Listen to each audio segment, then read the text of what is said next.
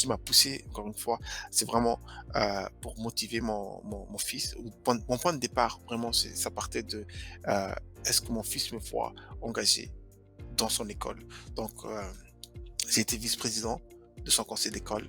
Mon fils était extrêmement content de me voir engagé à chaque mois dans les différentes réunions, venir au conseil des parents, assister avec la direction. Comme j'ai dit plus tôt, j'étais vice-président. Et une fois que je me suis engagé comme conseiller scolaire, je vois toute la motivation dans ses yeux de voir son père qui est engagé dans son école, euh, qui cherche à faire la différence. Donc pour moi, c'était une de mes premières motivations pourquoi je me suis engagé comme conseiller scolaire.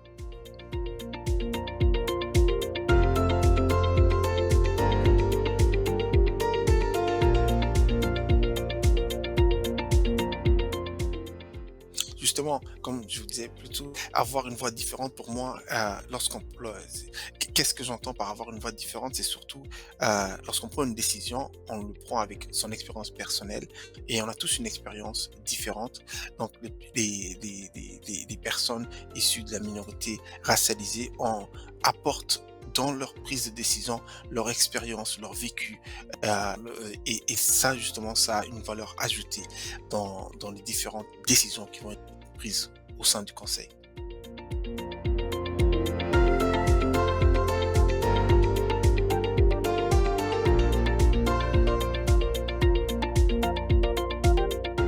On a une valeur ajoutée très importante dans le sens où lorsqu'on en prend une décision, on prend une décision sur la base de son expérience passée. Mais dans son expérience, elle peut être expérience professionnelle, expérience académique, mais aussi l'expérience de vie. Donc les Franco-Ontariens et les Franco-Ontariennes racialisés ont une expérience de vie différente du reste de la société.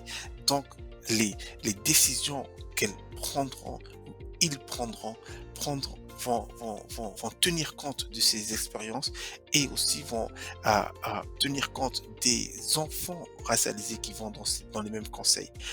Donc, il est important d'avoir des Franco-Ontariens et des Franco-Ontariennes issus des minorités racialisées au sein des conseils.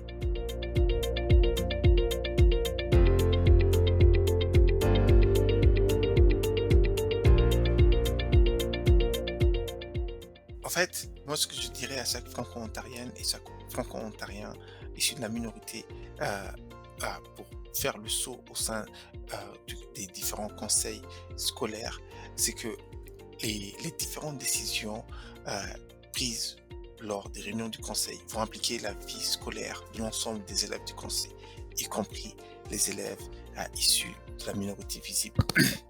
De ce fait, il est important que les personnes issues de la minorité puissent s'impliquer dans les différents conseils afin d'apporter un point de vue différent et que les décisions du conseil puissent être les plus inclusives possibles. Ainsi, les Franco-Ontariennes et les Franco-Ontariens issus de la minorité vont être les acteurs du changement que l'ensemble de la société désire à y arriver.